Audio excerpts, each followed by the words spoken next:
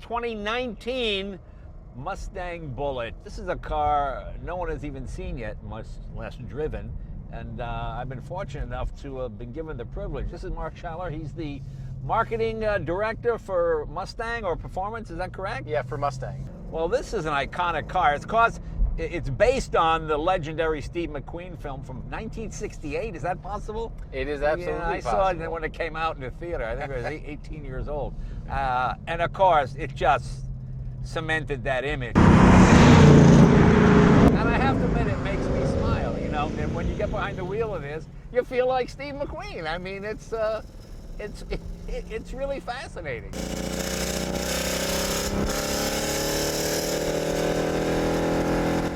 Corners very nicely. Marketing manager getting very nervous, ladies and gentlemen. You let Leno do what? Yeah, I got that whole Steve McQueen thing going. I'm pulling up next to the Dodge Charger. This is a nice combination of more than enough power, nice balance, manual transmission. You've got four-wheel disc brakes all the way around, something the original car never had. That had drums at the back, correct? Correct. So this one it's all about a little bit more power, better handling. It's got that signature sound to it. And then the minimalist look, right? It doesn't have any badges. It's meant to be a little bit discreet and a little bit under the radar. Well, how about the original Bullitt Mustang? Has anybody seen that? That's one of those cars that seems to have just disappeared, is it? Yes. So the hero car from the movie, the original car, has been missing from history for about 40 years. So we knew it was owned by a private individual, and then it sort of just fell off the map, and nobody has seen it, like I said, for about 40 years. Uh-oh.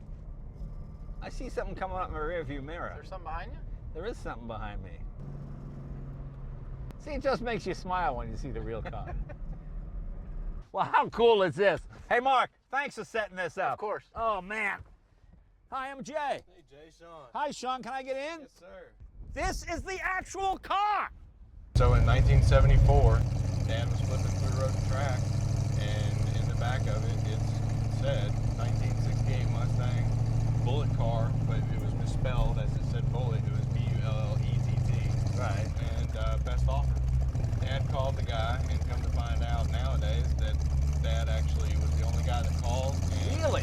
that was it. He showed up, he bought it, he took off. Can I ask what he paid for it in 74? $6,000. Well, then that was pretty high, wasn't it? That was very high, because we, as far as comparable, 2200 is pretty max for, 68 in 74. Yeah, and also, 74 was still a time when used cars sometimes cost as much as a new car, but usually didn't. Right. So $6,000, that would be $60,000, $70,000. No, certainly. Yeah, definitely. When Ford announced in 01, or came out with the 01 Bullitt, that kind of prompted us to, kind of get started on it. Yeah. And what's funny is right before that, we had a couple things as far as Charlie's Angels. Those guys trying to get a hold of my father, trying to get the car for Drew Barrymore to drive. Oh, that's funny. First Charlie's Angels. And then the following year, Ford announced that they're coming out with a commemorative Bullitt. The goal was always to leave it the way it was, never to disturb it. Get it to the point to where we could pull it on a trailer, and when we asked it to stop, it would. Now, the big question is, did you find Ford, or did Ford find you? I think we actually found each other. Yeah. It's one of those moments where you're so excited, and then you all of a sudden come together, and it's just everybody has the same idea.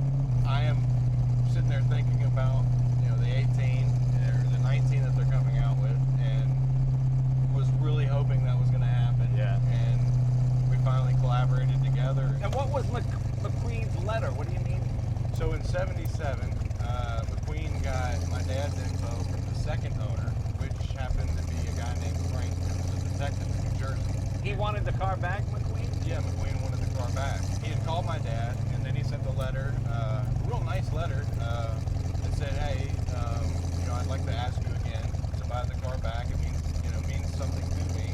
If it's not too much money, I'll replace it with another car, to your liking. And by that time, my dad had already put 45,000 miles on the car. Right. He had